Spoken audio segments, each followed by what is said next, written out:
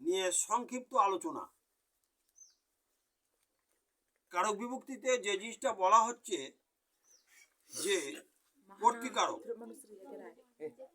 যে কাজ করে সে কর্তা অর্থাৎ কর্তৃকারক। কর্তৃকারকের সাধারণত শূন্য বিভক্তি হয়।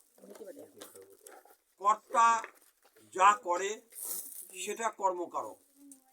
কর্মকারকে সাধারণত দ্বিতীয় বিভক্তি।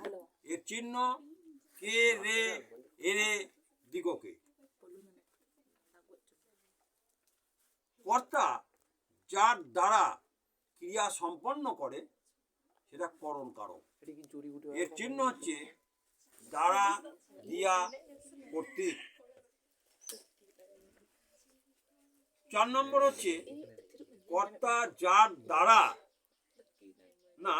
নয়, যার জন্য বা যার নিমিত্ত কিছু করে সেটা হচ্ছে নিমিত্ত কারক, এবং নিমিত্ত কারকে সাধারণত চতুর্থী বিভক্তি হয়।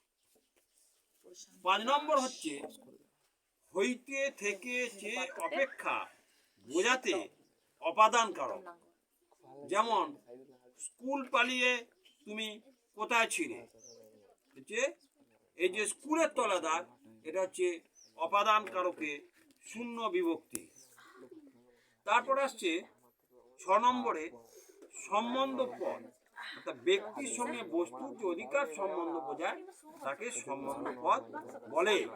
এটা কিন্তু কারক ঠিক নয়, এটা হচ্ছে অকারক। এর চিহ্ন হচ্ছে র এবং এর। যেমন আমাদের বাড়ি শেষে যে র আসছে সেটা হচ্ছে সম্বন্ধ পদ। এরপর আসছে অধিকরণ কারক, স্থানাধিকরণ ও কালাধিকরণ।